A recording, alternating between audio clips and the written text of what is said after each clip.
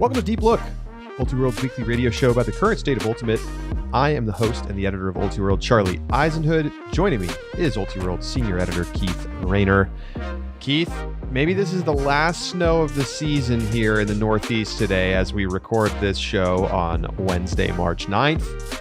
I am looking forward to the spring, and in every other way, it feels like spring. College Ultimate, Stanford Invite. It was warm yesterday, like 2 days ago. And I was just in New Jersey where it was warm for at least part of the time with UConn. Shout out to us for making the final. But, shout out. Yeah, it's not awesome that it's snowing again. I'm over this. I miss the South. And you know what? School's closed like around me halfway through the day. Like, where am I? Am I back in Atlanta? What is this? We've got plenty to talk about, though. No snow at the college ultimate tournaments this weekend, the Stanford Invite, the Smoky Mountain Invite, and we've also got the Western Ultimate League getting its first ever season started this weekend. It starts on Friday with a bunch of games over the weekend in Phoenix that will be live streamed on the Western Ultimate League's YouTube channel. We're also going to talk about the cut line for the World Games tryout. 32 players moving on to the second tryout. About 40 players not making it to that tryout. So we'll talk about the players moving on and those that got cut. And we're going to talk with a couple of Ultiworld reporters who are at the college ultimate tournaments this weekend. So tons to do. Let's dive right into it. Coming up next, Edward Stevens, who is at the Smoky Mountain Invite, joins us here on Deep Look. Stick around. We'll be right back.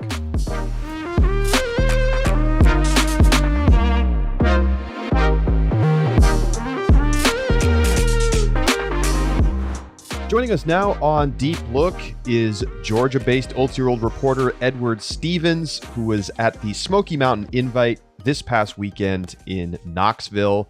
Edward, welcome back to the program. Thanks. How's it going, y'all? We're doing great. How are you? Man, I'm recovering. I forgot what a grind it is to like cover 7 rounds of play in a condensed weekend. I say this sometimes that reporting at a tournament is physically grueling in it, not the same way, but like it's comparable to how you feel after you play in a tournament. And I think players always think that's just a ridiculous claim, but then people who actually do reporting for the first time realize that it actually is quite physically taxing, not just mentally. It's a grind. I actually think that coaching for a tournament like this, especially if you are alone, is the hardest physical mental grind there is. But yeah, reporting is up there. All right, well, let's get into this tournament. What happened this week? I mean, that's the first thing. Every time I would look on Twitter and you're tweeting out scores from this tournament, I kept doing double takes because I couldn't believe the scores that I was seeing. There's a lot of storylines we can get to, but like the top teams in the country, UNC and Georgia, did not win this tournament. That's the number one thing that I think I take away. So did we just all misassess these teams, or was there something else going on at SMI? Yeah, I mean, we got to get in it. I mean, first off, no team emerged clean from the tournament except Brown, and that was like just barely. They had to break upwind twice on Universe to stay undefeated, and they had to win downwind on another Universe game and had to come back late against UNC. So it's like every team comes out of this banged up. But yeah, I mean, if you want the headlines on the losses, UNC comes out and loses 2 games. Georgia comes out and loses 5. It's unreal. And like, did we misassess them?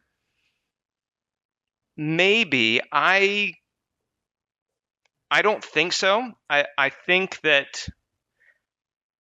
think what we did was we misassessed the rest of the field. My big takeaway from this tournament is that absolutely everybody in this division is beatable, and the field of teams who could be semifinalists at nationals could be as deep as 12 right now. Like, realistically, like if these teams played tomorrow, pre-quarters, quarters, semis, nationals, I could see as many as 12 of them easily having a shot, and we shouldn't be surprised if they make it. I can't tell if it's that the field is better than we thought or that the best teams are not as good as we thought. There's just not that much separation. I mean, that's the end result, no matter how you slice it, is that these teams that we thought were tier 2, tier 3, even tier 4 are a lot closer to the top teams than we might have expected. And, you can make your argument right now. It's certainly a perfectly reasonable argument that Brown is that top team. You take a look at their path through the bracket. They win the final 15-14 with a break against Colorado. But, I mean, they also beat North Carolina by 2. And they barely survived a quarterfinal against NC State. They beat UNC by more goals than they beat NC State in back-to-back rounds. Like, that's the thing I think that most shocked me in this entire tournament. How did that happen? But we got to start with the final. You get a crazy final. There's some unbelievable, some weird moments. I mean, I don't know if the final possession is the most important one. This break to finish off the game.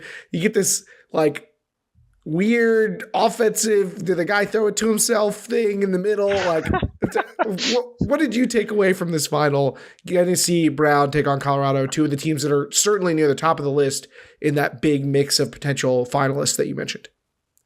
Yeah, I mean, and what I took away mostly, and what I'm going to, what I'm leading with in the recap, which, read it, look for it to be out soon. There's going to be just a ton of detail in there. I think I'm already on 3,000 words. Sorry, editors, it's a lot. But is that both teams, both throughout the tournament, both Colorado and Brown, were like unbelievably resilient. Number one, this is easily the tournament for both of them that had the most skill from the opposition heading in, and it tested them throughout.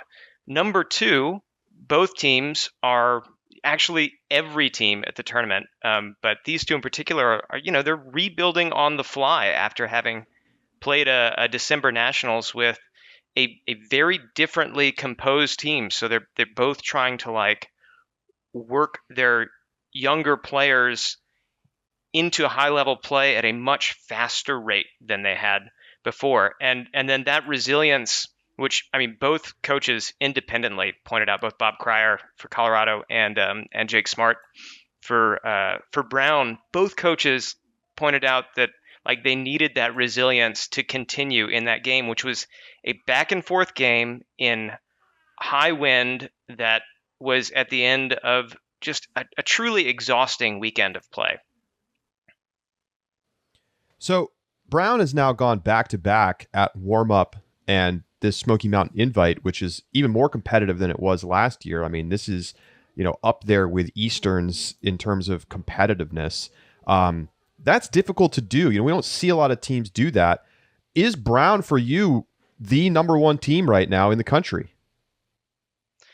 I think they have to be if you're looking at right now.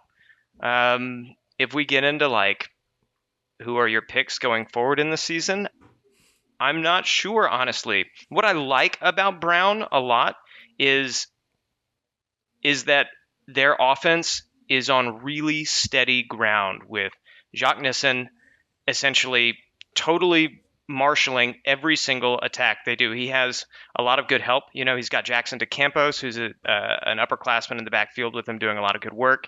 And he's got two just world-class cutters in Leo Gordon and John Randolph working with him. But, those three are good. The team is deep, but Jacques Nissen is incredible. He is a shooter. He is confident. He doesn't get down on himself when he makes a mistake. And, I mean, with the wind the way it was this weekend and with the defenses he was facing, mistakes were made. Nobody was efficient, including him, but he was always ready to step in, go every other one he needed to, huck off the first pass if he needed to, put a little perfect upwind break around the mark to get his team to the doorstep of the end zone. I mean, I think he's probably the best positive single player asset that any team has right now. And I think he's a huge weapon for them going forward. He flashed some of that in Norco, so I'm not surprised to hear that. But okay, I want to ask about UMass I know we could talk about Yeah. Colorado, we could talk about UNC, and I think the UNC story involves UMass, but I've been waiting to hear about this team. We didn't really get a full picture of them in Florida warm up for a variety of reasons. Then they come out, and on day one, they beat UNC, they win their pool, they go undefeated, and then they still kind of come up short in some ways by losing to Minnesota in the quarterfinals. This UMass team, what's the ceiling, and what do they got to do to get there?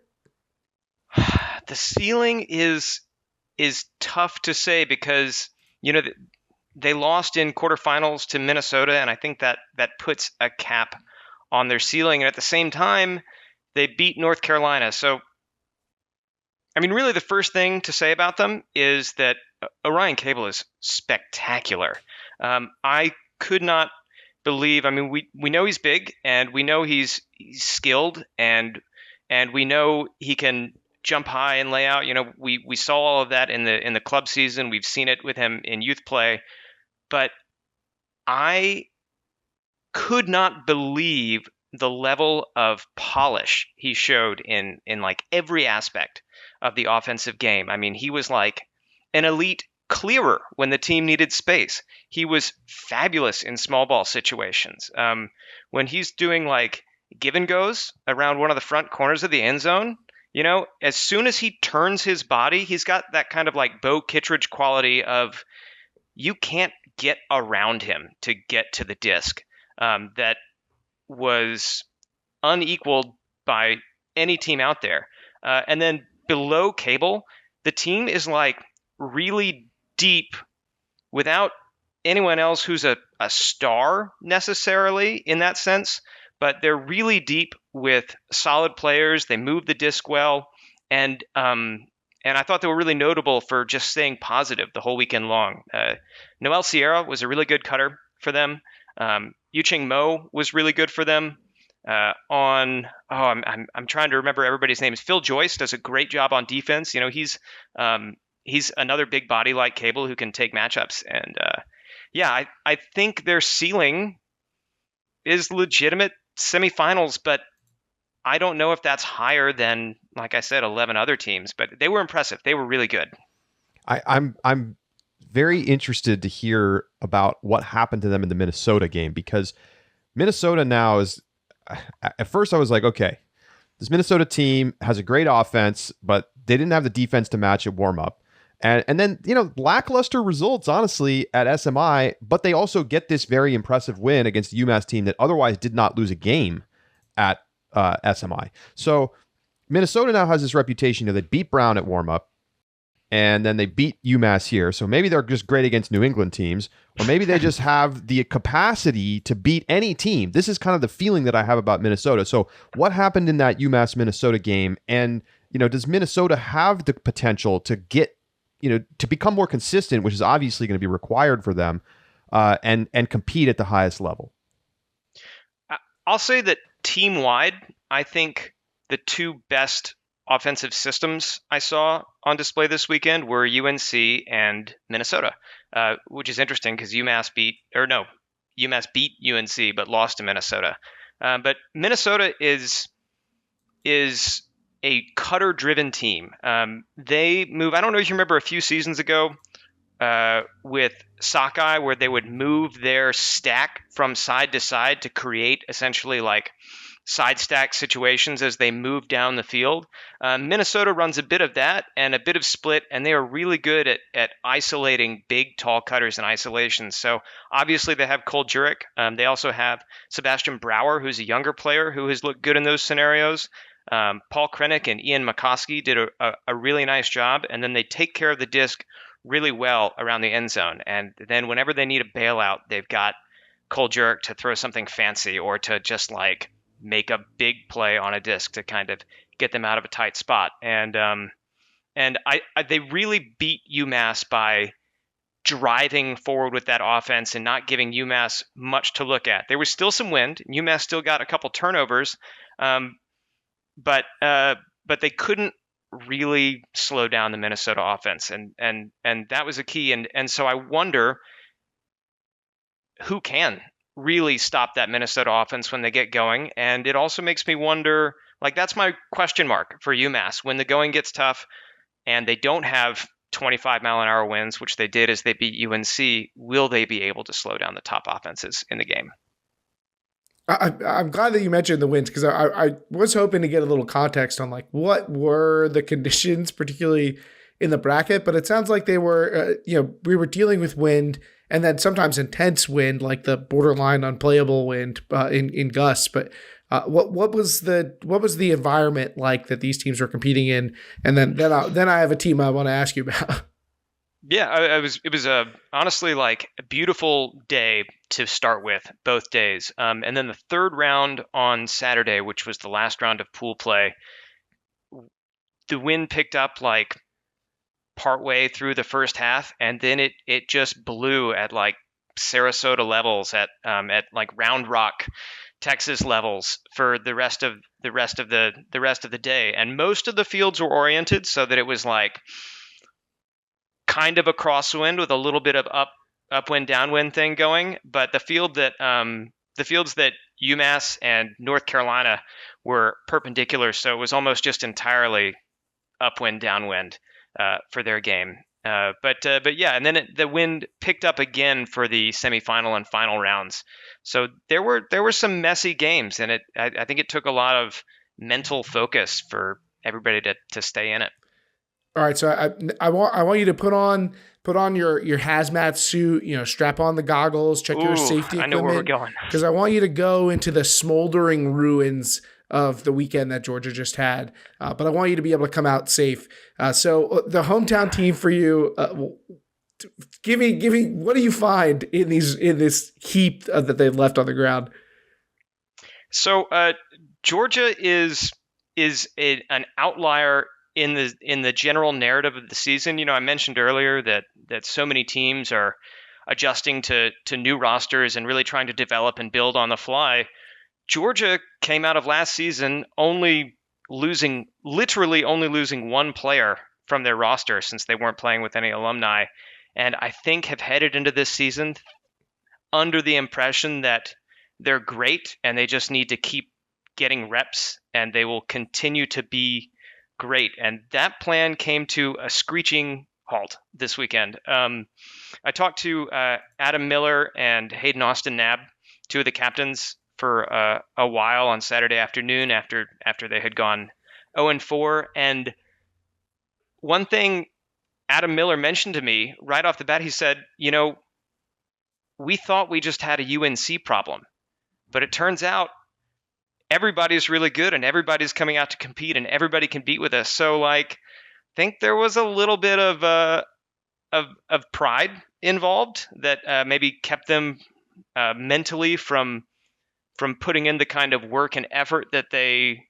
needed to. And they came out low energy, playing tight. And what was really weird was, unlike so many of the other teams, the line calling was really tight too. I mean, they were crossing over their best players on both sides of the disc like early on in pool play and regularly. And I think it played a factor in everybody was just gassed.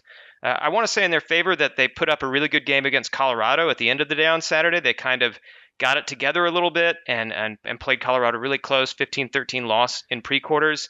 But at that point, I mean, the day was really already a mess for them. And then they come out on Sunday morning and lose on University of Carleton, who were making their debut and were like not up to speed. I don't know. It was a rough weekend for Georgia.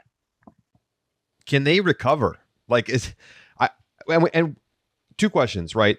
What is the status of Matt Cook, and what do we expect from them moving forward? Because it feels like this could go one of two directions. Either like we overvalued their results from Queen City and they aren't actually as good as we thought, but of course they're coming off of the finals appearance in the fall with basically the same roster.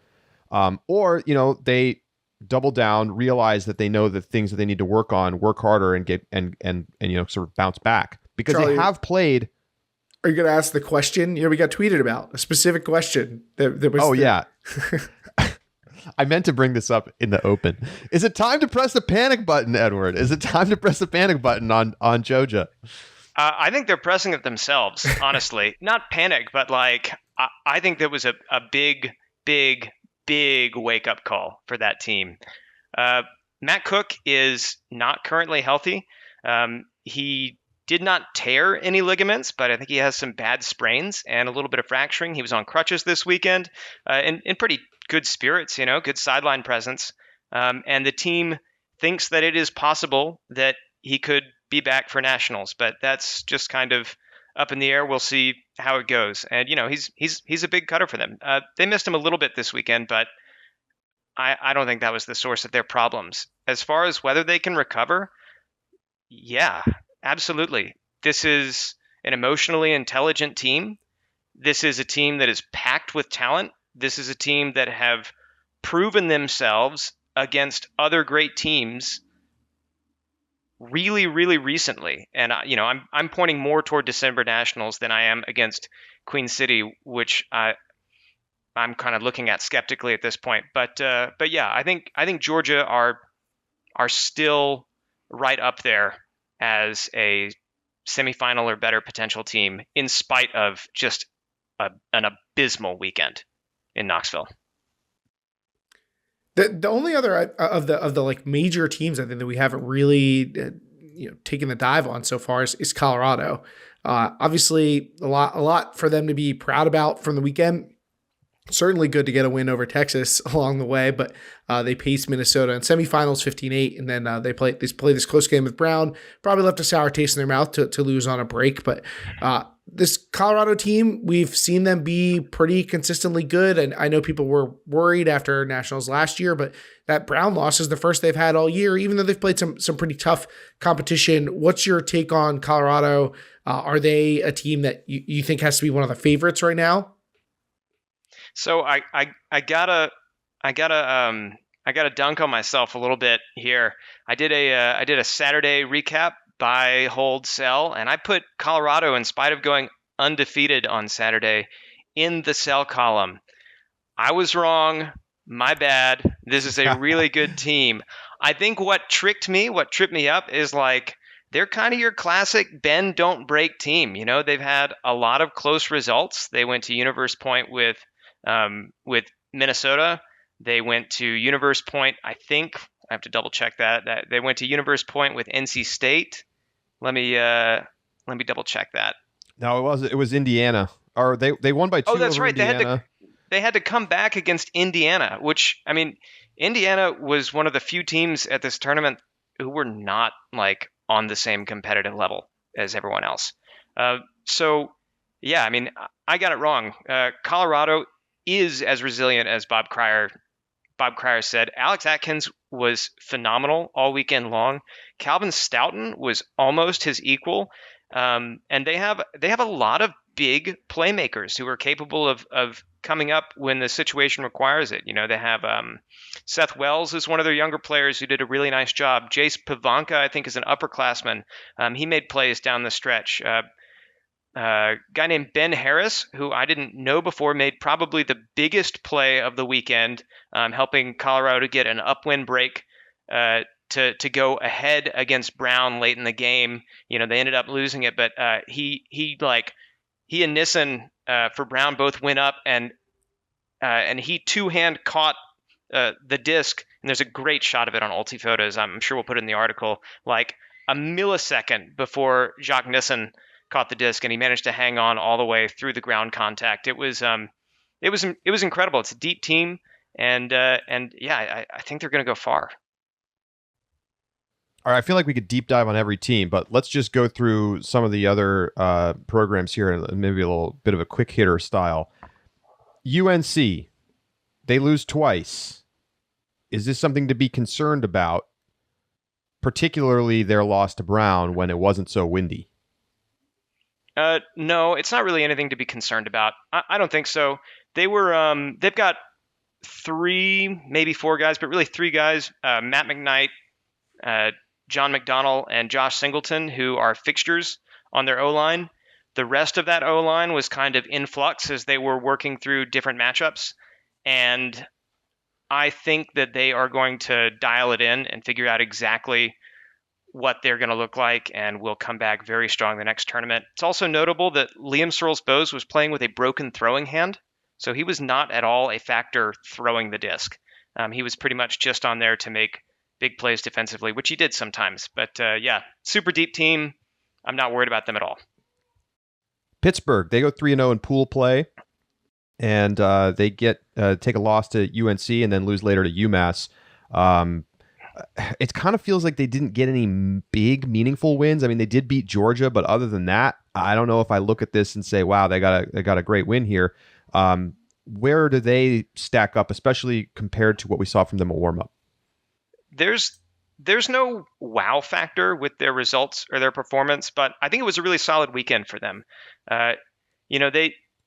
They keep establishing that when they work the disc through Henry Ing, they are really, really, really hard to stop on offense. I mean, that guy is as close to a cheat code as you get in this game right now, and I think UNC played some smart defensive schemes that kind of prevented them from getting what they wanted in that way. But successful weekend from Pitt. They are in that long list of teams who I think has like semifinal potential. If you pressed me, I wouldn't say they're there right now, but they could be. NC State bounced back after kind of a lackluster Queen City. They do lose to Colorado, Brown, and Pitt, but they get wins over Minnesota and Texas.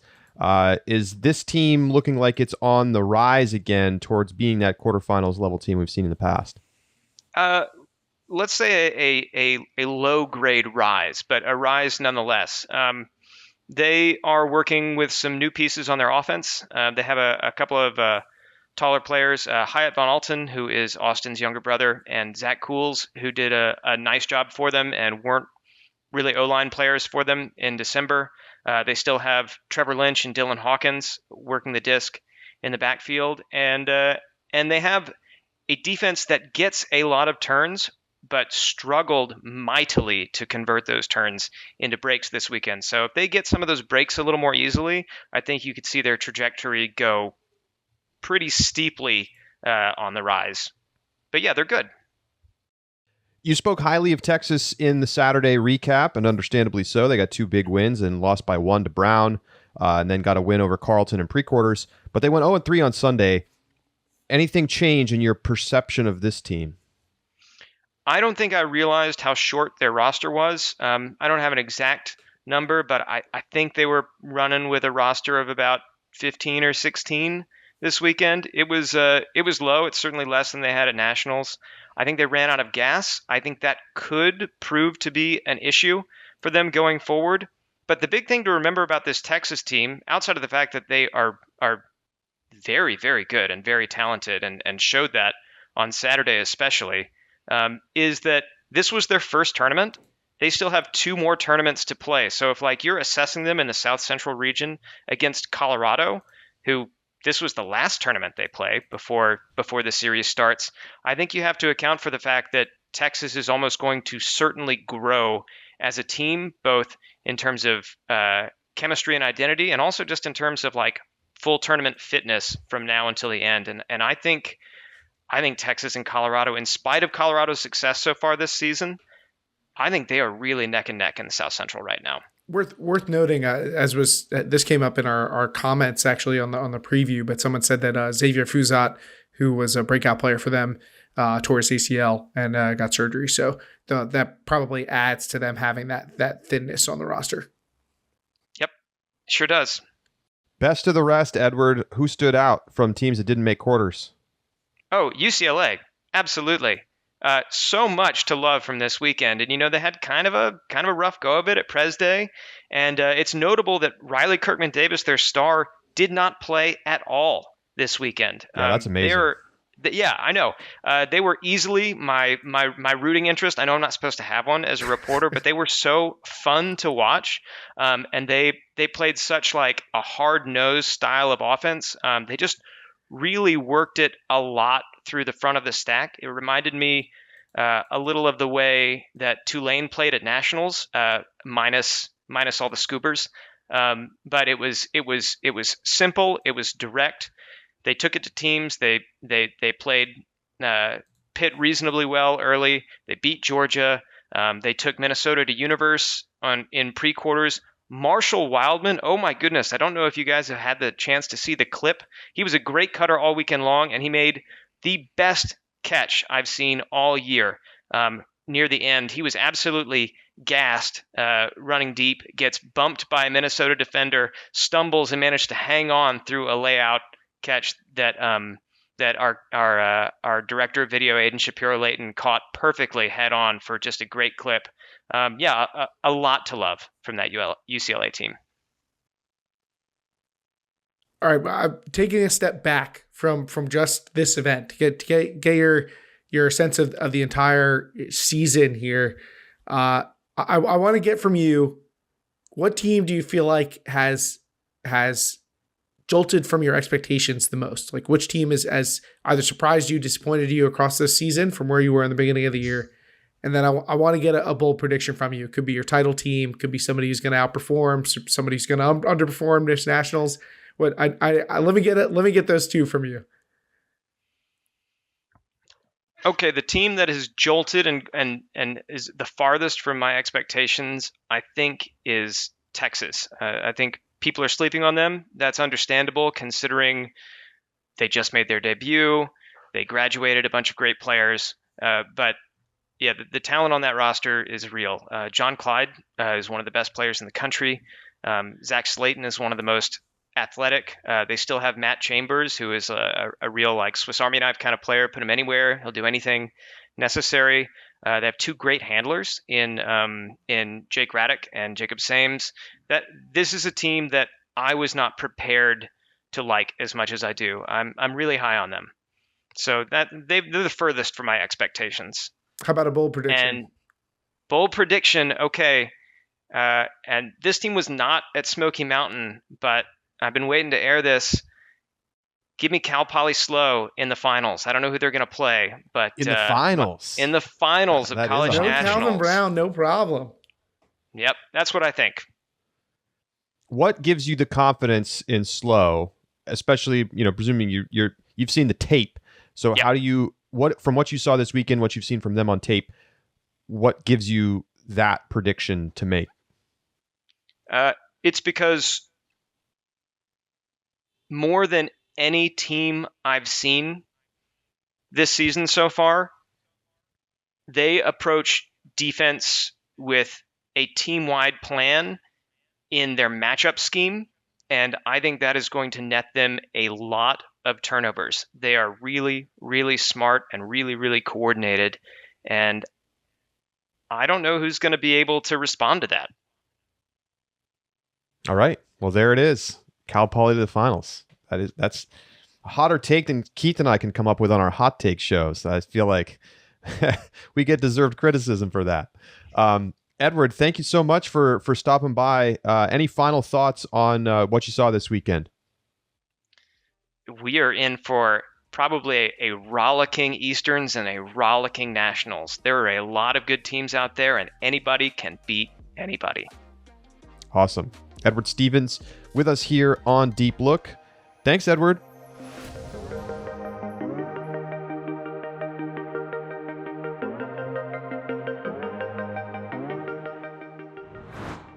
Welcome back to Deep Look. Thanks again to Edward for stopping by. So much to talk about at Smoky Mountain, Keith. Does this change your priors about any of these teams in a major way? Like, I guess I would say for me, UNC, I'm still like, okay, like they're going to be fine. I still expect them to be a finalist at nationals and probably the title favorite. But, you have to see what happened. Whereas like for Georgia, I'm like, okay, now I'm a little worried.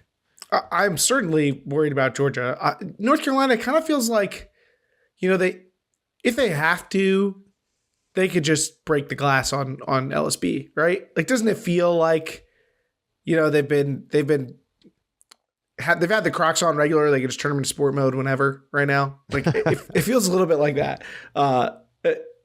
They have one of the best offensive weapons in the game, and they just have chosen to play them on defense. I do think I'm a little lower perhaps on them than I would have been before. I think that lack of star power is going to have an impact on this team. I think they're a little closer to your Colorados and your Browns. whatever we think we're going to think of Washington. I think they're a little closer to them than I anticipated. Brown is shifted my priors. I'm higher on them than I would have been before. Georgia, I'm a little worried about. I don't know how you can't be. I have to say, I think Brown is going to get scouted a bit and maybe struggle. I mean, there's just the offense that they run is so predicated on absolute excellence from one or two key players that if somebody can figure out a way to keep the disc out of Nissen's hands or make life harder for him by like even doing something crazy like running box and one, like you could cause problems for that Brown team. So we'll see. I'm very impressed that they've managed to win 2 back-to-back hard tournaments to win, and do so while getting like their whole roster involved. That's the other thing. Like they do play their bench. It's just that on offense, they really rely a lot on Nissen, Leo Gordon, and Randolph. But obviously that's an incredible trio to have. Coming into the season, I might have felt like UNC Brown championship game. I'm handicapping that like UNC, I don't know, 15-12. And now I feel a lot closer to like 15-13, 15-14. Yeah, it's going to be fun to see. Well, more college action out on the other side of the country, the Stanford Invite. Jenna Weiner going to join us next to talk about the women's division, and then Keith and I will discuss the men's division after that. So don't go anywhere. It's Deep Look.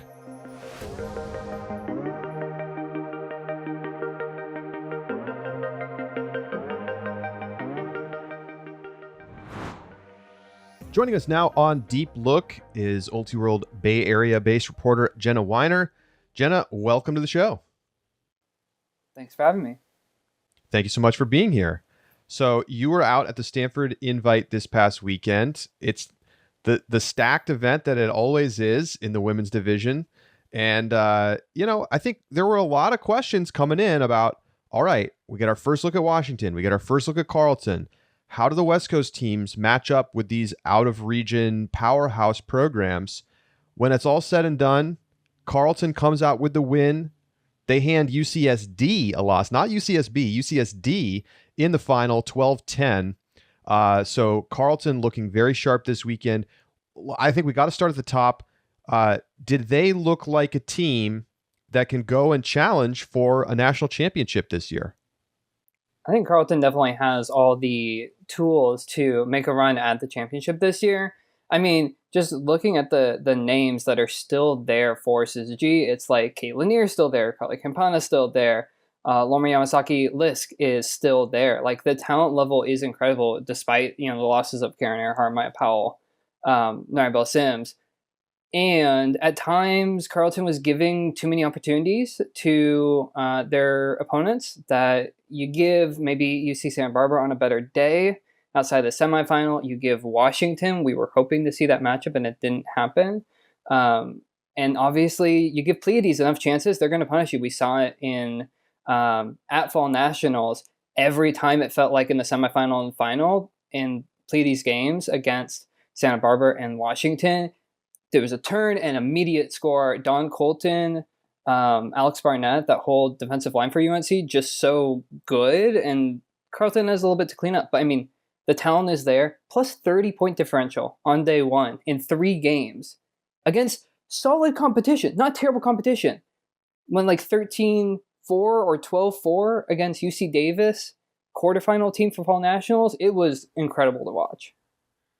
Which I almost wonder, like, of their wins, they go 6-0 on the weekend. Jenna, which one was the most impressive? Is it the 12-10 win in the final over UCSD? Is it beating UCSB, previously undefeated team, by 4? Is it beating Tufts by 6, Davis by 8? Like, what was the most impressive result that Carleton put on paper this weekend? I mean, I think you have to go to the final, if only because they were down 7-4 at half. They win 12-10, down 7-4 at half. 5-point comeback effectively in the second half. It was just an impressive testament to their ability to really clean up their throws, work the disc against UC San Diego's great zone. But the other thing in that Santa Barbara game, Carleton rolled. They were, I think, 7-3 at halftime, maybe 7-4. I was on the sideline and just watching. The wind was up and down throughout the weekend, and just watching Carleton's throwers just pick apart the UC Santa Barbara defense was just something to behold. They pretty clearly had the best throwers across the board of any team at Stanford Invite, and in the wind, that gave them a huge advantage. So in terms of team grit, I would go with the final win, but in terms of execution, the best we've seen out of Carleton, definitely that semifinal against UC Santa Barbara. Obviously, UCSB, has had a tremendous season. They win Santa Barbara Invite, they win Pres Day. They don't get the Triple Crown Tour Southwest sweep after they lose that game to Carleton, but they bounce back and they beat Washington 9-6 in the game after that. So really a good weekend for them. What cost them in that Carleton game? Was it just that Carleton was better executing in the wind, or are there bigger issues that maybe UCSB needs to address if they want to try to make a run to a title this year? Yeah, in the game against Carleton, UC Santa Barbara didn't show any particular major flaws, just Carleton executing very cleanly in the wind, taking advantage of any UC Santa Barbara turns. I think the depth across the board for Carleton really stood out against UC Santa Barbara. While the Burning Skirts have some great players, Elsa Winslow continues to impress.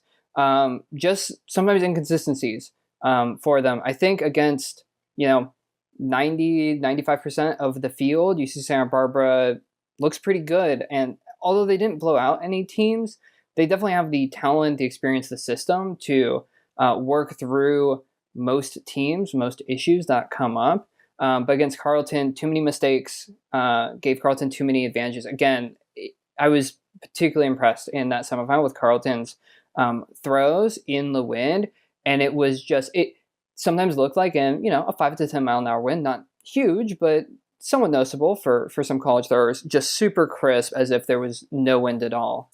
I talked to a number of Carleton players and they're like, yeah, we've only been playing in the dome, so now we actually get to play in the wind, but it looked like they were just back playing in the dome without any issues. So I'm not too worried about the Burning Skirts. I think the biggest thing is, can they hold off the rest of the region for the top spot when we get to regionals?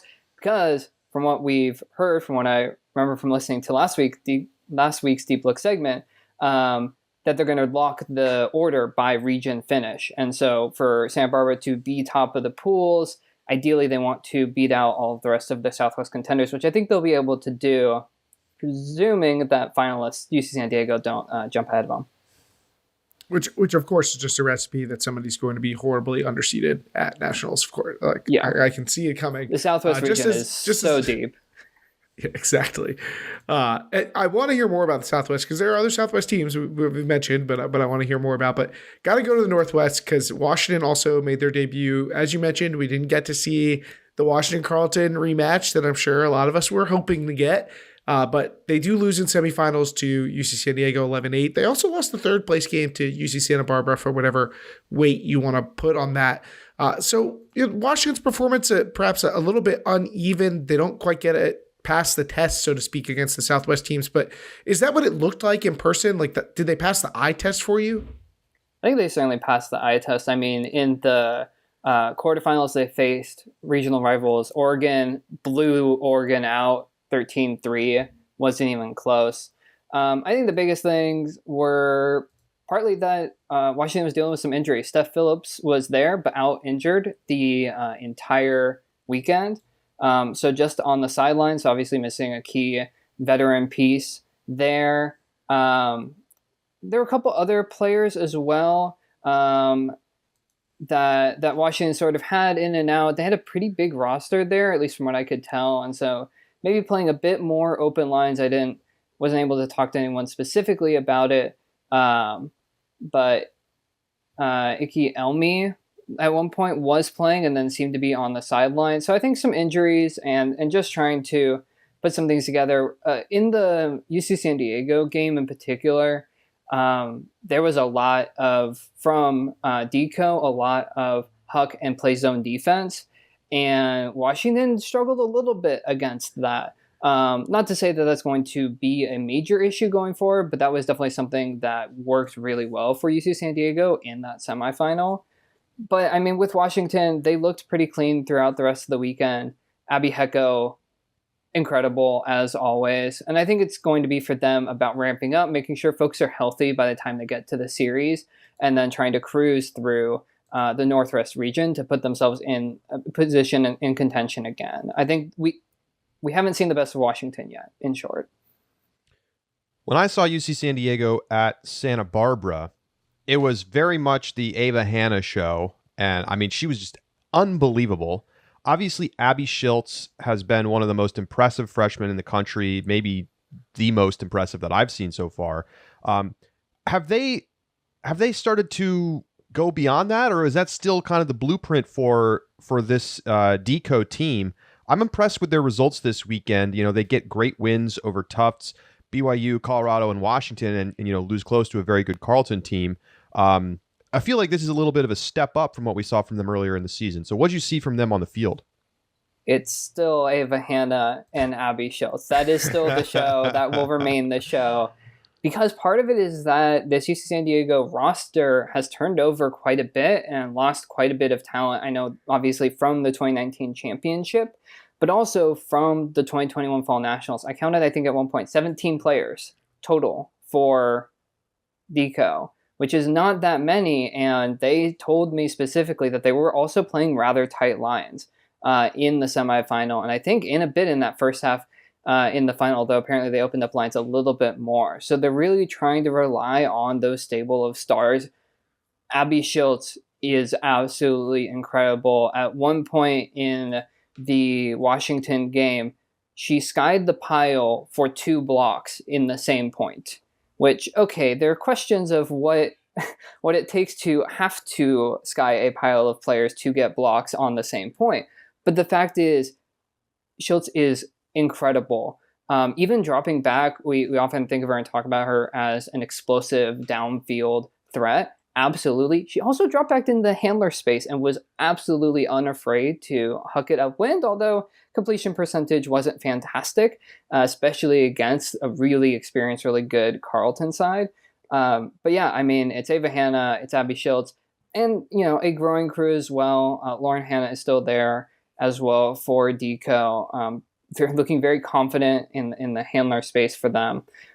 So it is the same show, and it can work. I think in calmer conditions, the huck and play zone D strategy may work out a little bit less well for them. But if you have a great thrower who can put pinpoint throws, I mean, at one point, Ava Hanna did a little offhand high release backhand for a score that I think took it to 6-3 against Carleton. It was just incredible to watch. The talent level for those two in particular is enough to at least carry them so far. Again, if conditions change against deeper rosters in a longer tournament, obviously Stanford invite still quite a number of games, but at, say, Nationals, they might fall a little bit short, wear down throughout the weekend.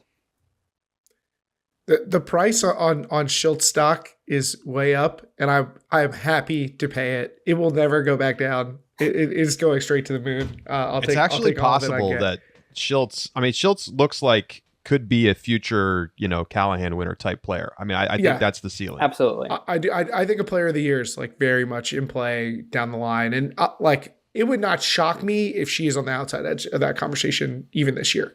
Just having a tremendous season. Now we get stick in the Southwest a little bit down the line. Davis, a mixed bag for their weekend. Stanford, they had a bit of a bounce back weekend of their own. They get wins over Davis, over UCLA, over Colorado. This was not what I expected from them coming into the weekend. And then UCLA and Cal, a bit of a step behind. What's your sense of the rest of the Southwest after UCSD and UCSB? I think at the moment, from what we've seen, it's pretty clearly that in a situation where the Southwest gets 4 bids, it's going to be Santa Barbara, San Diego, Davis, and Stanford. Stanford in the win, great zone defense. Execution on offense was a little bit not quite there, but if you're able to apply a lot of pressure in windy situations like they're able to do against Colorado, in the first round of games for both of those teams on day one, then yeah, you can pull an upset, pull a universe point win out of the bag. As for Davis, it's sort of interesting because looking back at President's Day invite, obviously they took down Colorado to make it to the semifinals, and Colorado got a little bit of revenge back here. I think those two teams are probably relatively evenly matched on their best days. Davis had a little bit more up and down, maybe a little bit more struggles in the wind. They also had a pretty big roster, seemed to be opening up lines to some extent or another. I overheard Coach Austin Laurie at one point say, it's not about the score line. It's not about the specific results. It's about how we play. And I think that's really the ethos of this Davis team, is trying to continue to build to where they can return to the quarterfinals when we get to nationals in May. And yeah, for Cal and UCLA, both have shown flashes of potential, but I don't think have the consistency to, say, make it out of the region come regionals. But it's going to be some hell of games to go in backdoor bracket, that's for sure. I wanted to hear a little more about this Colorado team. When I look at the roster for this Colorado team, I think to myself, okay, this looks like a semifinals team at nationals. They have a ton of veteran experience. They have a ton of really talented young players. They have an Olympian on their team. I don't understand then why the results haven't matched that. Now, not that they're bad. They're not bad. They have 2 losses this season to UCSB. They avenged a loss to Davis. And then they lost this UCSD, and I think the kind of the question mark loss is the one to Stanford.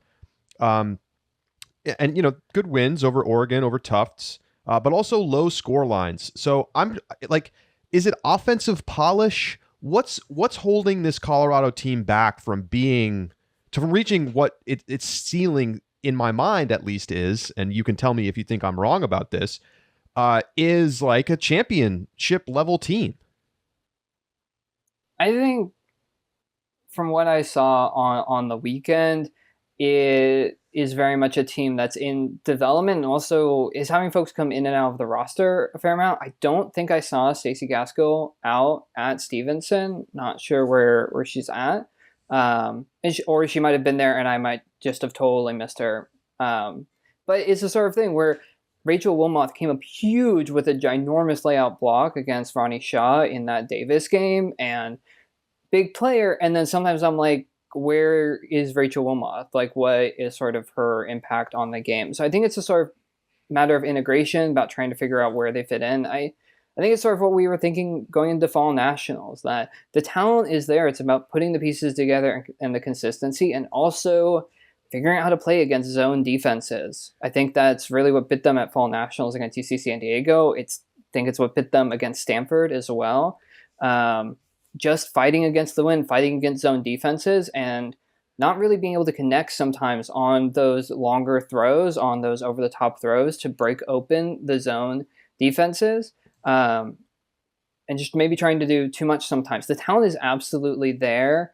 I don't think they quite have the consistency, even if they have some of the top-end talent, to really challenge at the championship level. But on their day, they can stay with a lot of other teams. But again, the inconsistency, funky losses. Obviously, Stanford maybe not as, growing a team, maybe actually better than we were anticipating coming in.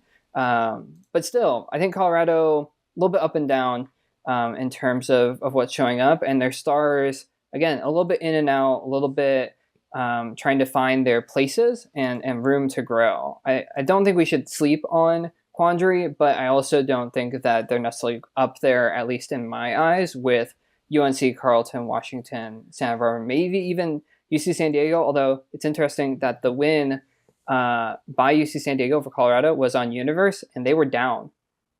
UC San Diego Deco had a break to win. So there's a world in which UC San Diego doesn't even make the final or the semifinal because they lose to Colorado in the quarters. So again, a little bit high variance for some of those teams, especially in the windy conditions.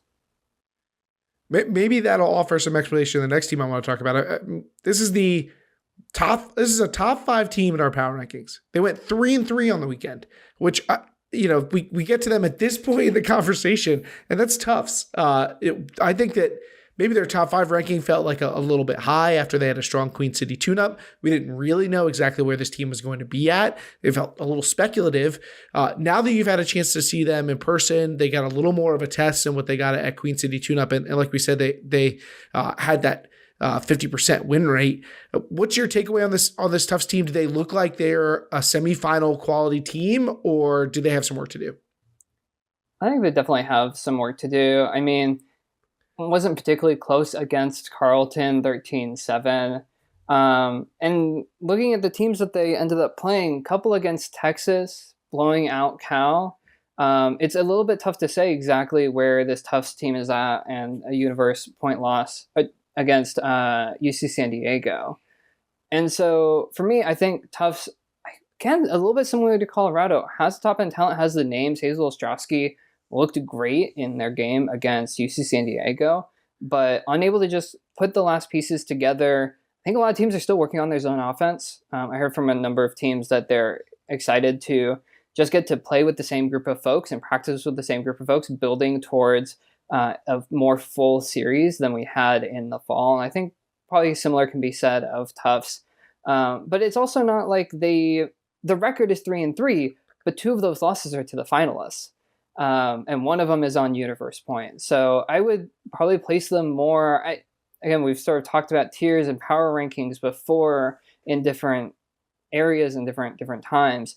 I think it's probably Carleton and UNC, and then maybe a gap. And then you have Santa Barbara and Washington and UC San Diego on a good day. And then there's a grouping. There's Colorado, there's Tufts, there's Davis on a good day. And a host of other teams that are sort of in that 5 to 10 to even 15 range, where it feels like anyone could beat anyone. So I wouldn't be shocked by the time we get to nationals in May that we have a surprise semifinalist, but I don't know if we will have 2 or 3 surprise semifinalists just because the top level seems so strong. Tufts, very solid, but again, hasn't been able to break through. And then taking a universe point loss to UC San Diego doesn't help when it puts you on Carleton's side of the bracket. Just more proof to me that the Southwest is as good as we thought they could be, because they keep passing the tests against the teams from the East that, look like, and we get those crossover, right? BYU going out to the East Coast, now Tufts coming out to the West Coast. Because Keith, you're right, they went 3-3, but their losses came to number 7 UC San Diego, number 9 Colorado, and number 4 Carleton. So it's not like this was like some sort of massive mismatch. It's just the Stanford Invite. Welcome to the Stanford Invite. 3-3. You can have a good weekend and go 3-3. So all right. So let's look a little bit further here. I guess at this point, I'm curious to say, hear from you, Jenna. Which teams from the rest of the group here do you feel like are on a path towards, maybe being a nationals quarterfinals team? I think in terms of potential nationals quarterfinals teams, I think BYU, if they were eligible, would be in this conversation. Universe point lost to Washington, with potential discussions throughout the weekend, given the windy conditions. The halftime cap rule kept coming up, and seems like per some discussions with observers and in later discussions after day 1, that there might have been some misapplication of the halftime cap rule in that BYU-Washington game that may have given Washington a bit of an advantage. Be able to. They got robbed, is what you're saying. BYU got robbed of a break. BYU get robbed? No way. It's possible. It's possible. And in terms of some of the other teams, I think Texas, it's a question of more, I think, at this point, per what we know of the bid structure, do they even make it to nationals? Does South Central get a couple of bids, or are they stuck with one? Melee didn't have a bad weekend by any means, but didn't particularly impress. Played close with a number of the top teams, but I think really sits in that grouping where 10, 12, 15 could make it, could put up some good results. I mean, just looking back to fall nationals, they thumped Pittsburgh in pool play. It's just a matter of, do they make it? And again, building with that consistency going forward for them. And for the rest of the grouping, I wasn't particularly impressed by Oregon or UCLA, who neither of them we've really talked about. Western Washington definitely in a rebuild as well. I think it's going to be possible, certainly, for, say, Oregon and Western Washington to come out of the Northwest. But that's not to say that they're going to really be able to push. That being said, Western Washington, great coaching. Oregon, longest time standing program. I think they could definitely surprise some folks, but it's definitely going to take some growth from both of those teams. Oregon playing off a solid win over Stanford in pre-quarters, but then getting stomped by Washington, I think definitely puts them more at the level of making it to nationals, maybe being a pre-quarters team, but might be tough to surprise unless they pull a Davis or a UC San Diego. All right, so let's tap the minus button, zoom out a little bit here from just this tournament. I'm curious to get your team that has surprised you the most, for better or for worse. Maybe they outperformed what you thought they would, or they've underperformed where you thought they'd be at this point. And then a bold prediction for the rest of the season. It could be a team going to the finals, could be a team that's going to bomb out at regionals. Feel free to explore the space with that one, but I want to get those two from you before you go. Yeah, I mean, I think the team that surprised me has probably got to be UC San Diego. I mean, making President's Day invite final is one thing, and falling to UC Santa Barbara. But for me, Deco, as has been mentioned, has been talked about, definitely with their best players on, they could be really good. I never saw them beating Washington. I had Washington all the way, and the fact that they were running tight lines for Deco. The fact that they beat Washington in the manner that they did, in that game, it was really funny. It went in the first half, more breaks than holds, and 5 lead changes to take it to 6-5 halftime to UC San Diego. It was just seesaw back and forth until towards the end, San Diego was able to put a little bit of a run together, get holds, get a couple of breaks to pull it out. I think UC San Diego has definitely surprised me. It feels like it shouldn't surprise us, given, again, Ava Hanna, Abby Schultz, Lauren Hanna, given that they made the quarterfinals at Fall Nationals, and yet to beat Washington, arguably pretty clear favorite coming in as the finalists from Fall Nationals, I was very surprised, and we'll be curious to see how UC San Diego does in, say, less windy conditions or against not as heavy Southwest competition. Although, again, good results against Tufts and against Washington. As for a bold prediction, Texas doesn't make nationals. The South Central, from what I remember, currently has a single bid, and I don't know if they're large enough to get a size bid. And so South Central could be left with a single bid, and I think Colorado beats out Texas, and I think Melee gets left out. And see if I can come up with one more. I think the Southwest could have a surprise nationals qualifier. I think in a game to go in a backdoor bracket, I think we could see Davis or Stanford in particular dropping a game that they weren't expecting to a team like UCLA or Cal, and just have a bad game, have a bad day, and all of a sudden Davis, potentially, who made the quarterfinals and Fall Nationals, doesn't make it just because they had a bad day against Cal or UCLA. The talent is there for a lot of these Southwest teams. They have a lot of great coaching, a lot of great upcoming players. I think we could see some surprising results out of the Southwest. But the bold prediction, Texas doesn't actually go because South Central is not going to get enough bids. If I was a Southwest women's team, I would really not want to play Stanford. I just don't want to play Stanford at regionals. I don't want to play them. The coaching's too good. The defense is too good. Even if they're unpolished on offense, this is how they go out and they get wins over teams like Colorado. Scary. So they will probably get 4 bids in the Southwest, currently sitting with 3, probably going to get a size bid. 4 is enough for sure, but there's probably going to be 1 or maybe 2 really good teams that just don't go to nationals out of that region. Absolutely. It should be fun, though. It certainly should be. Jenna, thank you so much for stopping by. Any final thoughts on the Stanford invite? Stevenson gets a lot of crap, as it were, out in cow country. And while it's a little stinky at times, I feel like the fields and the situation to be out there certainly didn't have any impact on the level of ultimate we saw. Even in the wind, I was very impressed by what I saw. I'm excited to see how these teams do when they're not in the middle of the California Central Valley and have a little bit more green grass to play on. That's my biggest surprise of the season. Positivity around Stevenson. Oh, wow. Well, when's Rockford going to get its due? I'm ready for the Rockford rehabilitation. All right. Jenna Weiner with us here on Deep Look. Thank you. Thanks for having me. Yeah. We'll be right back.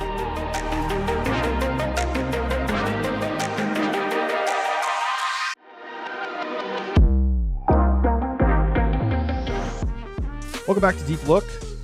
Thank you so much to Jenna Weiner for stopping by, and great to get the insight on an incredibly interesting weekend out at the Stanford Invite. Keith, we made our picks. You didn't even have Carleton making the final. Do you feel like you underrated the team now that you've seen what they were able to do this weekend? Well, obviously. I mean, you had them not making the final. They did make the final. Do you feel like you got that call wrong? Yes, I do. Yes, no, I'm not saying specifically about the call itself. Obviously, that was wrong, but I think more about the team in general.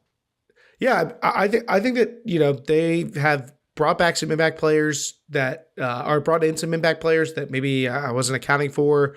They stepped forward in a way that's good. I mean, it's hard to remove the image of seeing them, kind of stunned a bit in semifinals at nationals. Sure. But before that, remember that this was the 1B in the conversation with UNC. So impressive performance. They get the wins over teams that we know are good. So this is a great first step for them. And the other thing that I was counting on was basically them to be a step slow. For them to be still building up.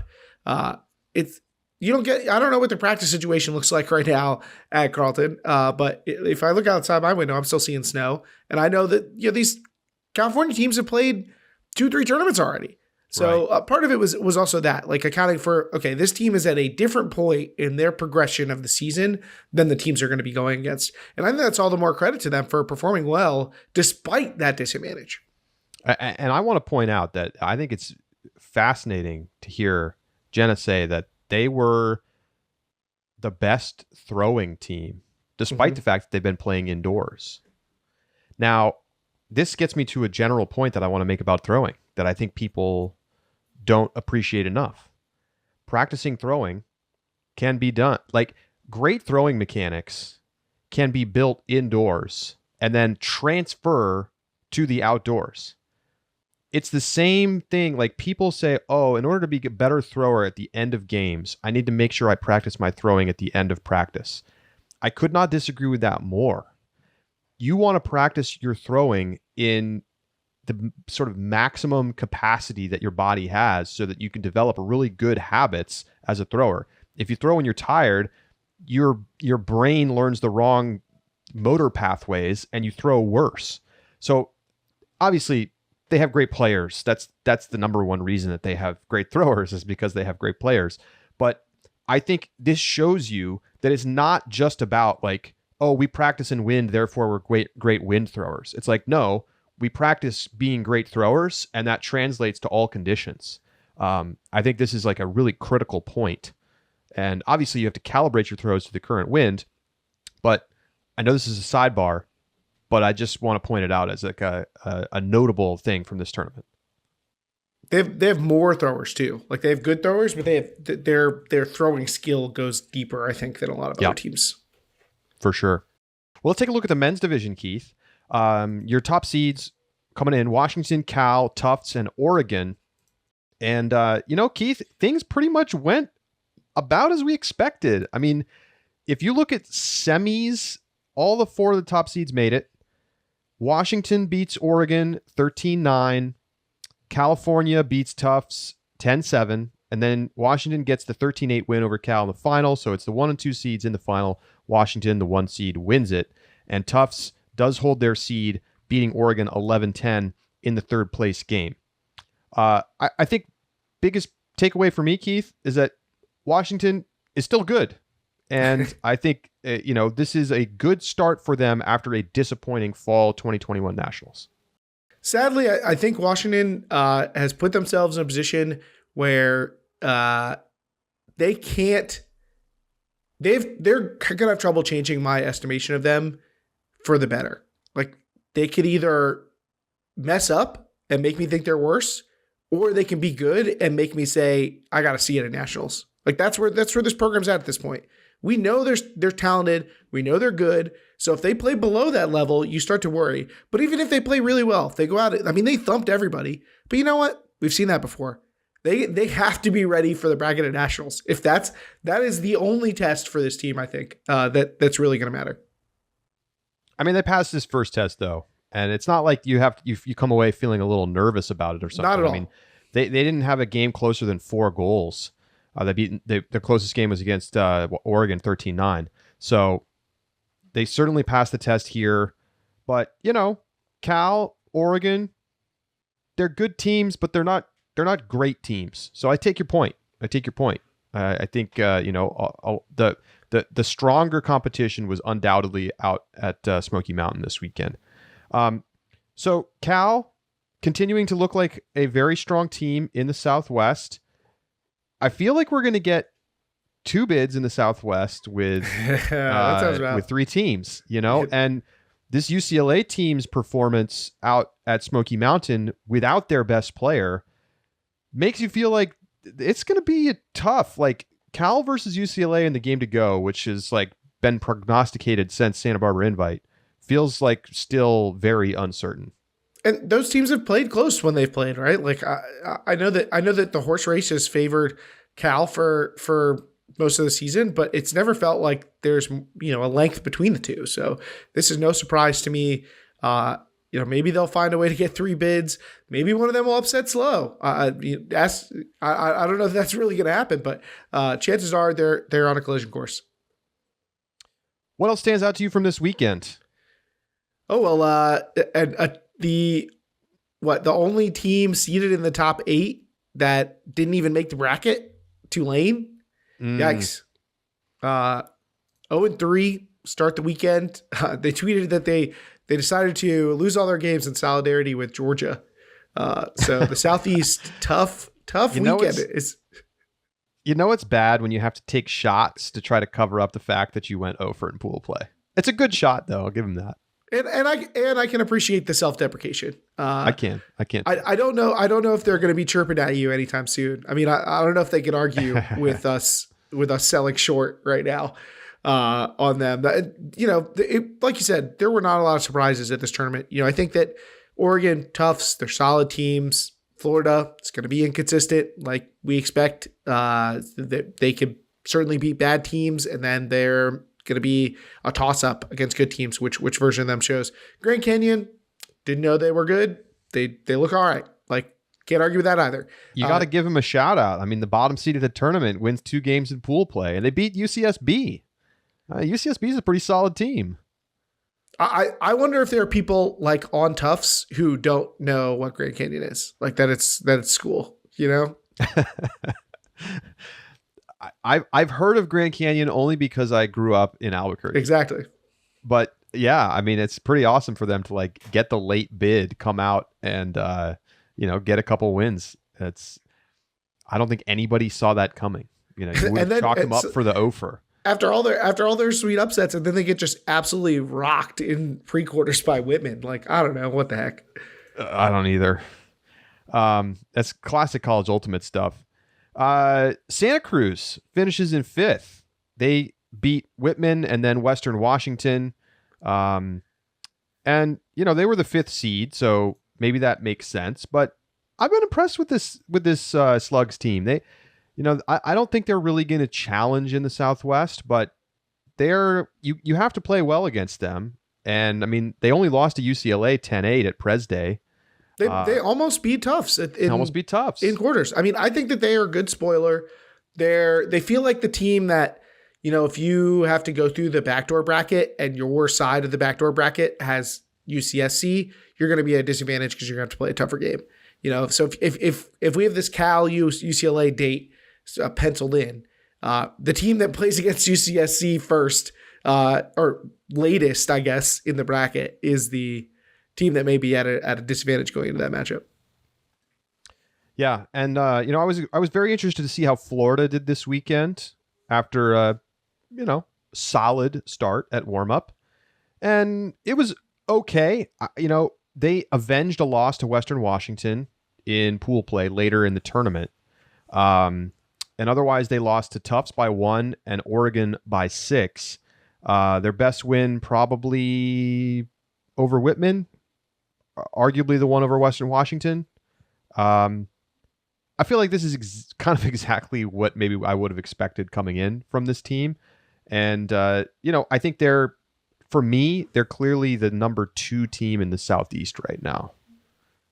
But that doesn't seem like all that exciting an honor right now.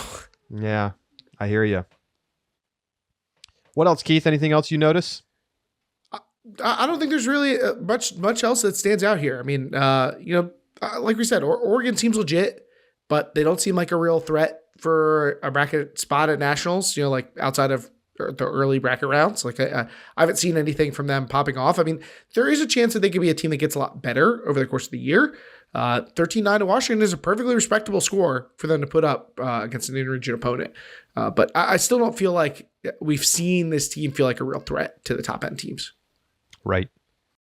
All right, it's time to turn our attention to the cuts at the World Games. So we had the first tryout at the end of February, and after about a week of deliberation, the coaches made their call, and they cut it down to 32 players. Now, I'm not going to try to read out all the names here. You can check out the list on Ultiworld.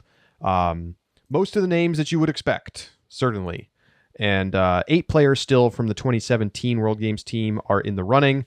That includes Claire Desmond, Carolyn Finney, Dylan Freechild, Leanne Hoffman, Chris Kocher, Grant Lindsley, Jimmy Mickle, and Anna Nazarov.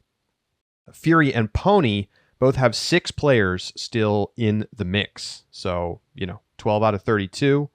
You can do the math. That's a pretty healthy chunk, over a third of the players from just those 2 teams. So, Keith, I think we got to start with snubs. Who do you think got snubbed out of this list, and whether or not they should have been there or not, or just surprises you that they are not at this next tryout? Charlie, I think that somebody who was I definitely was on my roster. I think it was on both of our final rosters. Maybe you didn't have this player, but that person did not even make the final cut. Matt Rader. Yep. That to me is the headlining name here. Keith, when we were talking about this in our subscriber bonus segment, I said, Raider or Yacht is probably going to make this team. And we both went with Raider, partly, at least for me, because I felt like they weren't just going to take that many Pony guys. But the fact that Raider didn't even make this cut and that Yacht did tells me what I need to know. I feel pretty confident, honestly, that Ben Yacht's going to make the team now. You have to have a super dynamic big, and I think he's that guy. And he has certainly shown it in the past, in the AUDL at least, that he can be that guy. I think he's been a little bit more hit or miss in the club division, but it sounds like he showed up to tryouts and got the job done. I had heard good things about the way that his tryout was going. So not a surprise, but it still is a bit of a surprise to me to not see Raider make the list. I'm pretty sure that everybody else that we had on our final teams made the list. There are some players that we had in the mix. Oh, well, there actually was somebody who didn't try out, if I'm not mistaken.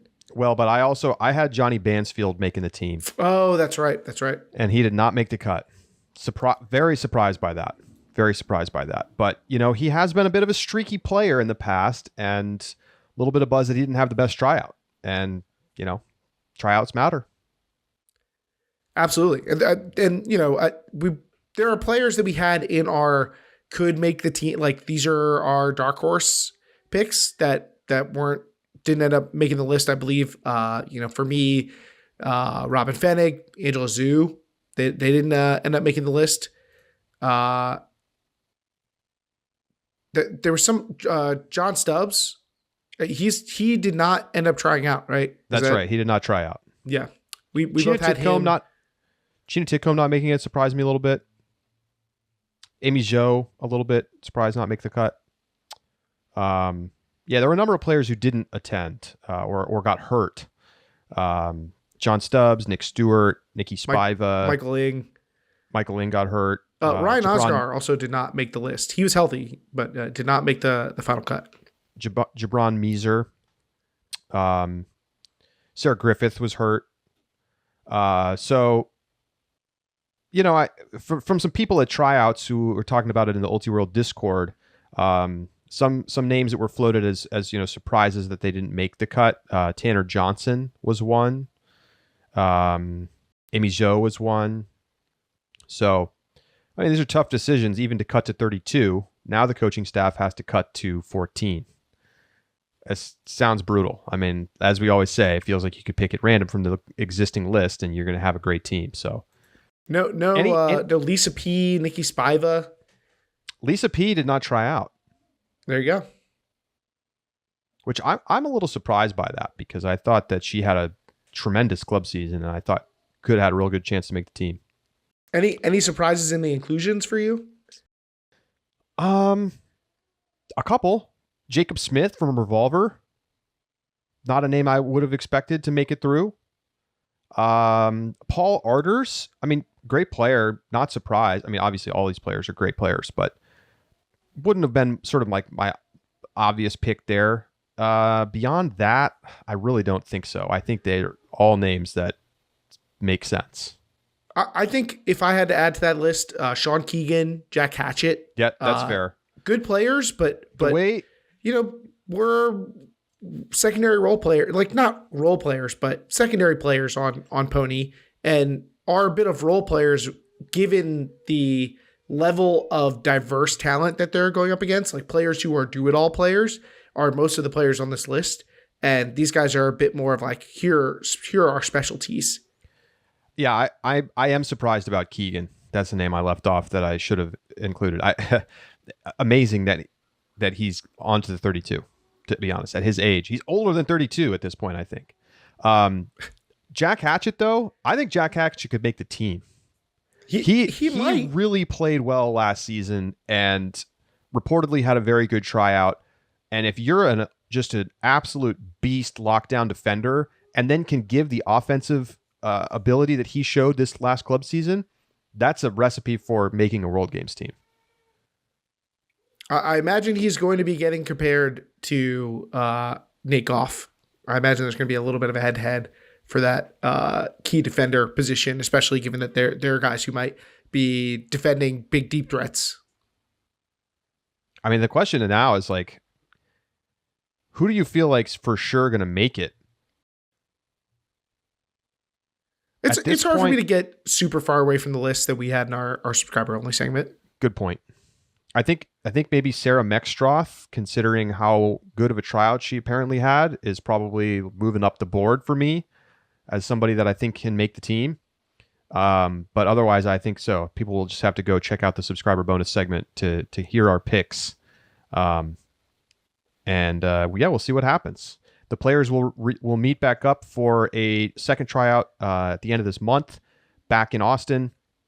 And so this year they're not going to cut to 20 and then eventually cut to 14. They're just going to cut to 14. And presumably they will also name alternates at that time. But they're going to have a decided team, because I think players found it pretty painful to make the 20 and then not make the final roster, which is understandable. Sound change. All right, Keith, final segment here. Western Ultimate League gets underway starting on Friday. That's March 11th, with games in Phoenix this weekend in one of their 3 cluster weekends where they have a bunch of teams come to one city and play a number of games over the course of 3 days. All of those cluster weekends will be live streamed. And so it's time to take a look at this league. You know, obviously we got a little taste at the Winter Cup in December, but now we have the full complement of teams, rosters coming out, and we get ready for a full WUL season. And, you know, after the Winter Cup, Keith, which totally upended expectations for a lot of teams. I feel like coming into this year, I really don't know what to expect. Whereas in the PUL and in the AUDL, I really feel like I can say, okay, I think these 3 or 4 teams are probably going to be the title contenders. I really do not have that sense in the WUL, which is exciting because it means that, games are really going to matter, and we're going to, be as surprised as anybody with what happens this year. I'm shook. I'm not gonna lie to you. I am shook. I don't feel like I feel unqualified now to make calls about this after being so wrong about the Winter Cup. So I'm second guessing myself as I look through the rosters and start to think about what I expect from teams. I was sleeping on Utah. I was high on San Francisco. If I were just looking at on paper, I think I'd do the same thing over again. So I don't. Is that setting myself up for failure? I don't know. But we're gonna have to make picks anyway. So that's just the nature of the game. We're working. I'm not gonna make any promises, but we're working on potentially doing some fantasy stuff. So if you're a fan of that sort of thing, or you just want to get hyped about the league, keep an eye out. Love it, Keith. It makes it more fun to have a rooting interest in the fantasy I love side my of games. things. I know you do. I know you do. Okay, so first let's just take a look at the games that are coming up this weekend. So in Arizona, you've got Arizona, of course, playing at home. They have 3 games over the course of the weekend. They'll play Utah, Seattle, and San Francisco. And then San Francisco and Utah will also play a game on Saturday. So mostly it's home games for the Sidewinders, but you get that 4th game in there with a couple of away teams already there to be able to play. So let's just start with this weekend. You want to make some picks about what you think is going to happen? Can Arizona defend home turf against 3 tough opponents? I expect them to do pretty well. I mean, they were surprised at the Winter Cup. They certainly have some talent on the roster, and I think having home field is going to be an advantage. But when we talked about the schedule, I initially kind of raised which is a bigger advantage, having home field, or is it a disadvantage to have 3 games in one weekend? Which of those is going to have a bigger effect on the outcome? Or maybe it's good. Maybe being able to play 3 games and getting them all under your belt while everybody else is playing 1 or 2 is going to be an advantage for the Sidewinders. I don't know. This is an unusual format, so we're kind of getting our first taste of how that could impact the level of competition that we're going to get. But that Sidewinders Wild matchup is a great starting point. So I'm excited to see it. And there's some good players on all these rosters, obviously, but there's certainly some players that I think can help keep Arizona in a strong position.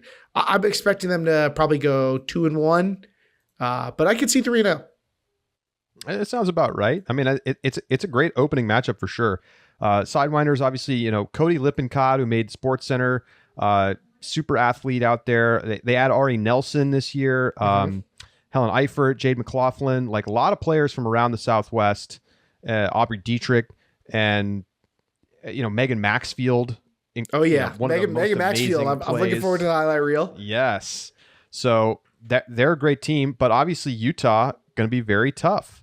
And after the way that they played at the Winter Cup, I think the skill in Utah is now very clearly on display. And you take the core of all of the BYU and Utah youth scene players that have come up over time, and you add in some players that are getting added to the roster for this year. And you just have to like their chances.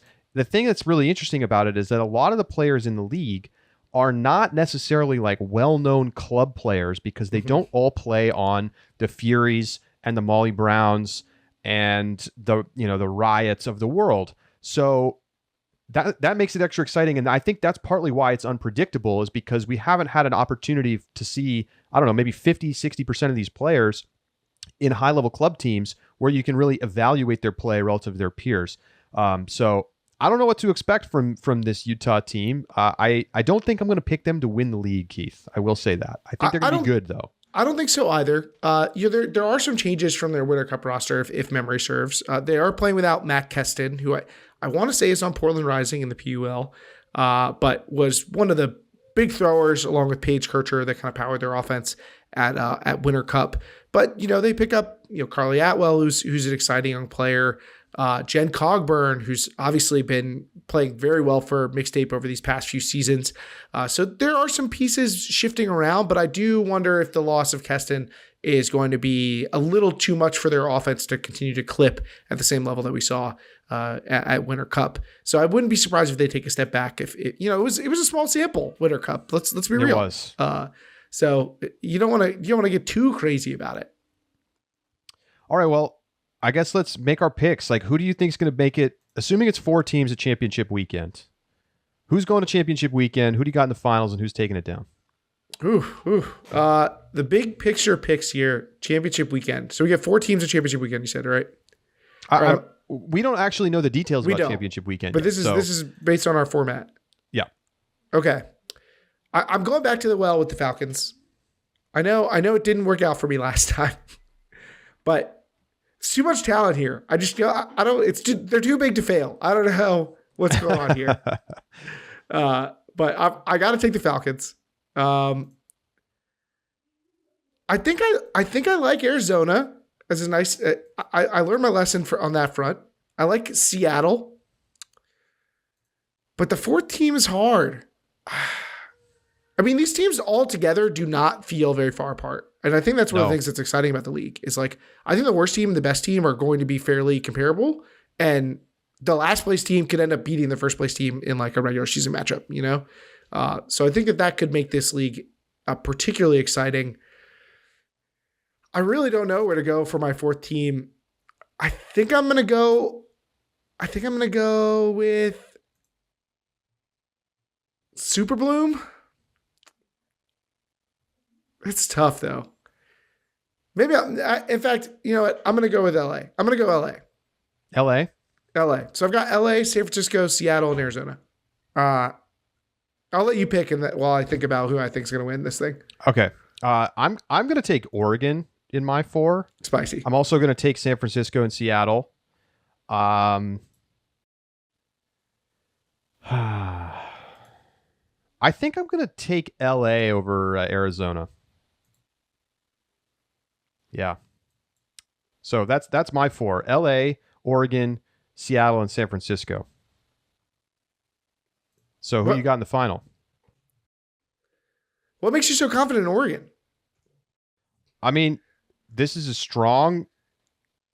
It's been a strong scene for a long time, and they have a lot of the players that have been driving Schwa's success over the last couple of years. I don't see any reason why they can't be a great team. And Danny Runzo, unlike most expansion teams, the other teams also haven't played. So I guess there's that. Right.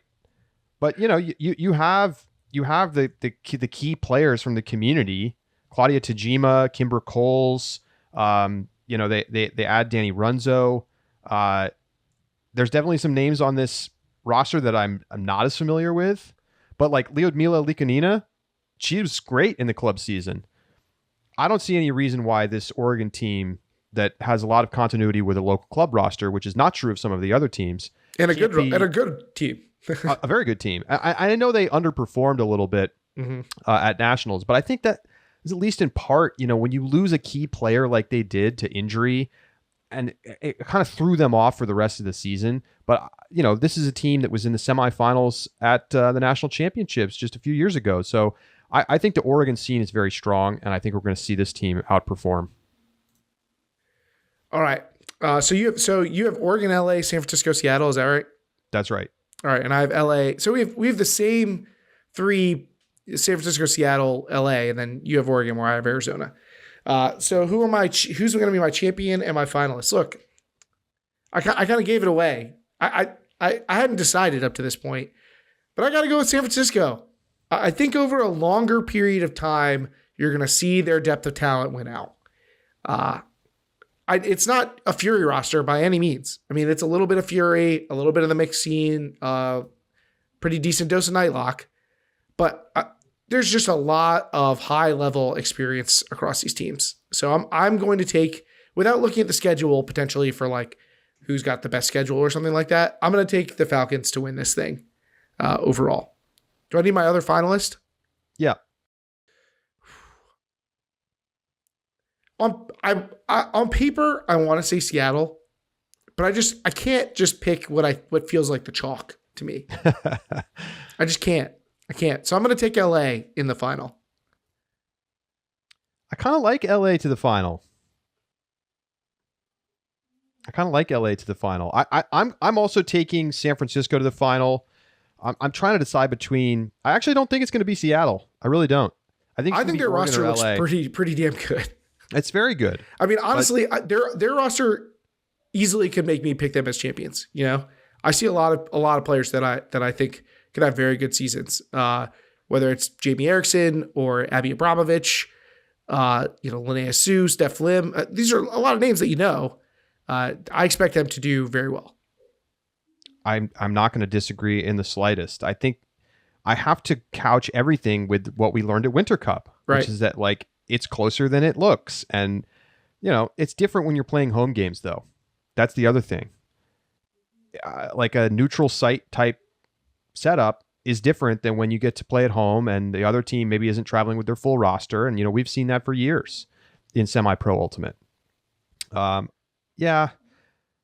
I like the Seattle lineup for sure. It's a tough call. It's a really tough call. I'm going to take LA and San Francisco, and I'm going to take San Francisco to win it as well. You know what, Charlie? I talk myself into Seattle. You're doing Seattle? Look, SF Seattle? Look, they've got Cheryl Sue. They got Margot Erheim. They do.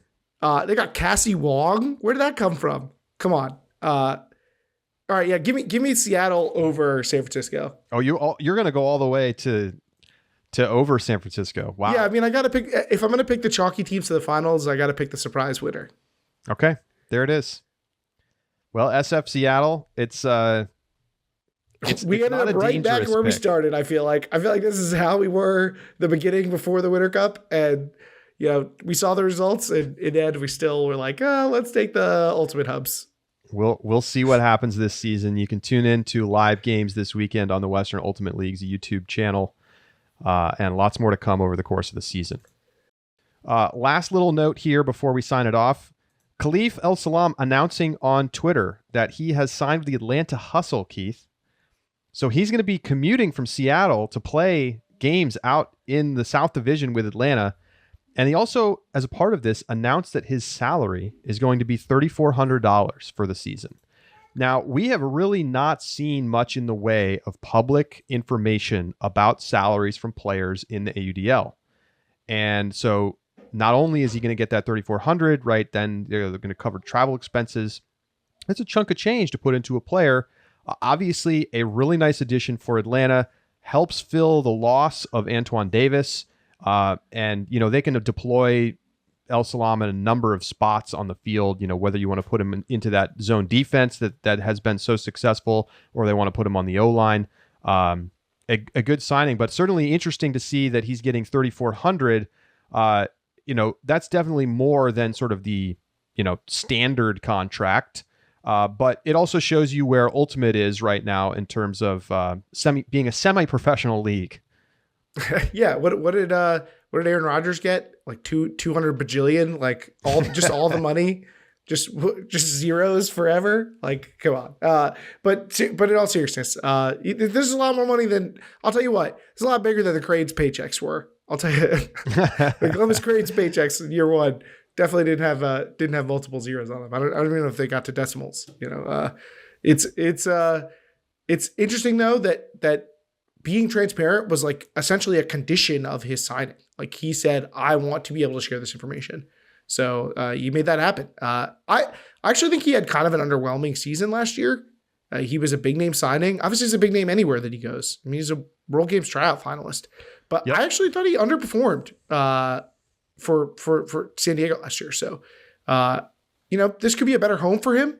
It'll be interesting to see him getting coaching from Miranda Knowles. So I'm curious to see how they decide to utilize him on this team. And the AUDL actually came out with a statement as a part of this. I'm pulling it up right now.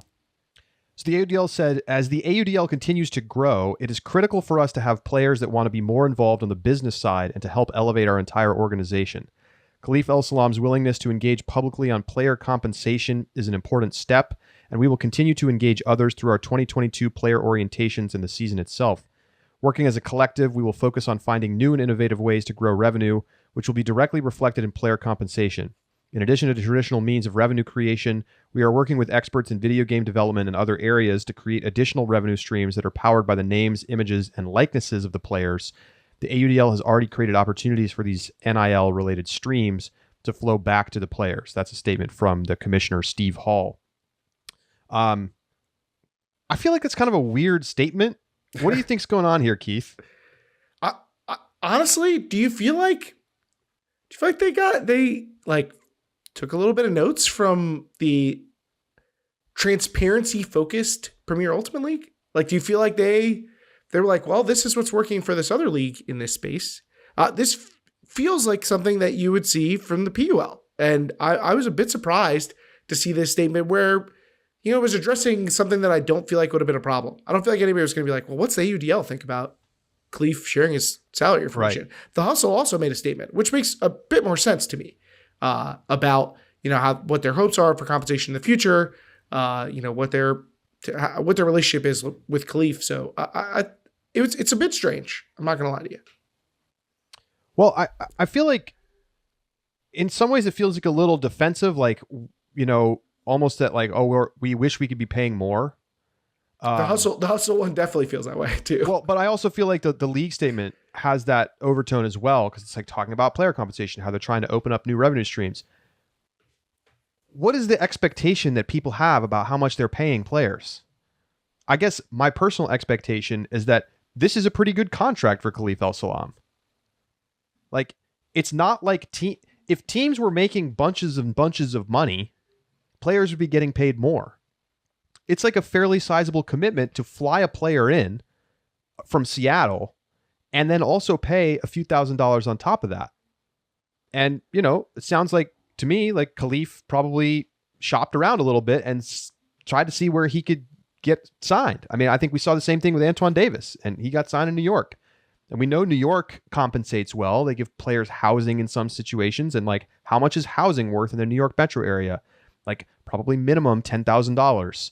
So I just think it's sort of an interesting thing. I feel like the league probably shouldn't feel defensive about it, because obviously everybody wants to see Ultimate be successful. And, if teams were able to pay players $50,000 a year, I'm sure that would be fantastic, but it's just not there yet.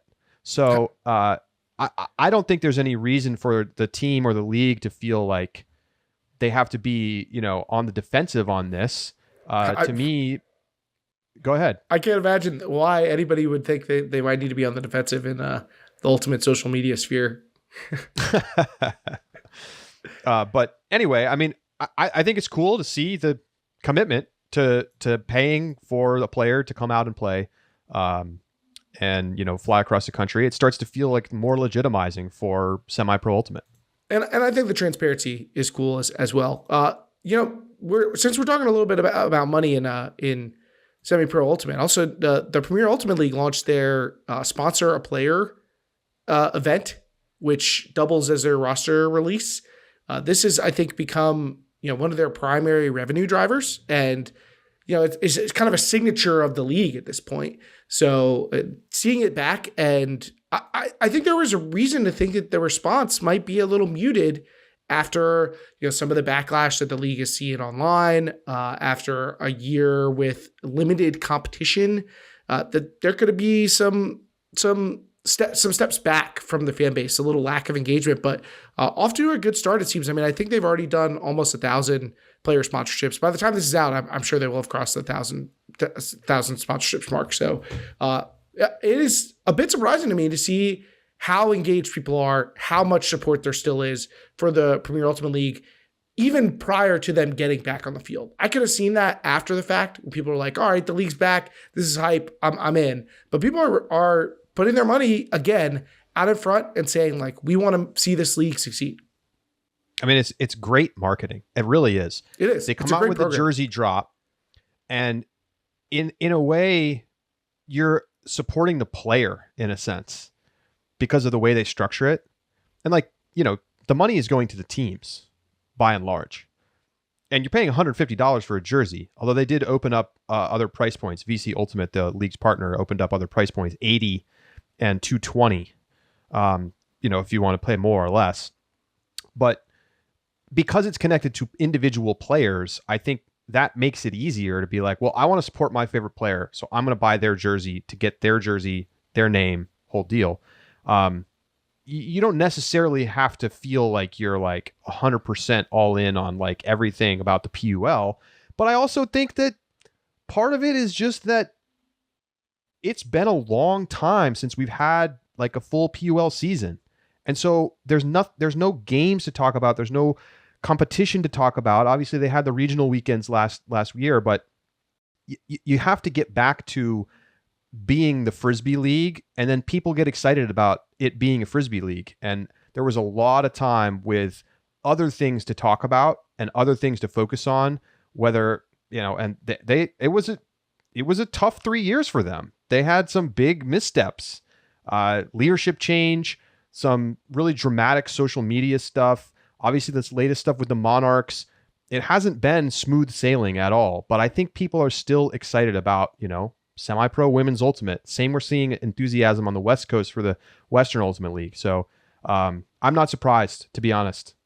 I think it's cool when you do the sponsorship that you feel like the player is like recognizes you individually as a sponsor. Like, that the player knows that you were the sponsor. Like if I were a professional team, if I'm a WNBA team or whatever, I'm building this into my online store. You should get, when you buy a player's jersey, you can leave them a note and it goes to a little inbox. If the player wants to check it, they can check it. But you maybe have some inkling that so-and-so player, you buy your favorite player's jersey, they might see your name and your little note that says, hey, I'll keep balling out there. I think that would be cool, even for teams with much bigger fan bases where they're selling thousands and thousands of dollars worth of jersey, to have a little inbox. I'm giving out free ideas here, but I think it's cool. What's your favorite jersey, Keith? Of the PUL jerseys, presumably, right? Not WNBA. Yep. I got to go with Atlanta. I mean, I know that makes me sound like a homer, but I haven't lived in Atlanta in a while. I love the baby blue. It looks good. I mean, they went with this kind of template thing, so all of the jerseys have similar patterns, maybe with some slight divergence and different color schemes. But the kind of like baby blue over navy blue, the Atlanta ones are pretty much far and away the top ones for me. I like Portland's a lot too, but those are the two that stand out. They're both good. I like Minnesota's. It mostly comes down to the color schemes, to be honest. Yeah, because it's like color scheme and logo, because they're pretty unified. Yeah, I think a little over unified. I would have liked to see a little more flexibility, but I think most of the kits on their own in particular look good. Like, I don't think there's any that look bad when taken away from the whole big picture. Altogether, though, you start to see how similar they all are. All right, that is going to do it for this edition of Deep Look. Don't miss our subscriber bonus segment where we talk about the kind of an overview of the college season, where teams stand. Maybe we'll do a little tier list as well. So we're going to kind of catch up on where we are at the midpoint of the 2022 college season. For Keith Rayner, I'm Charlie Eisenhood saying so long, and we'll talk to you next week right here on Deep Look.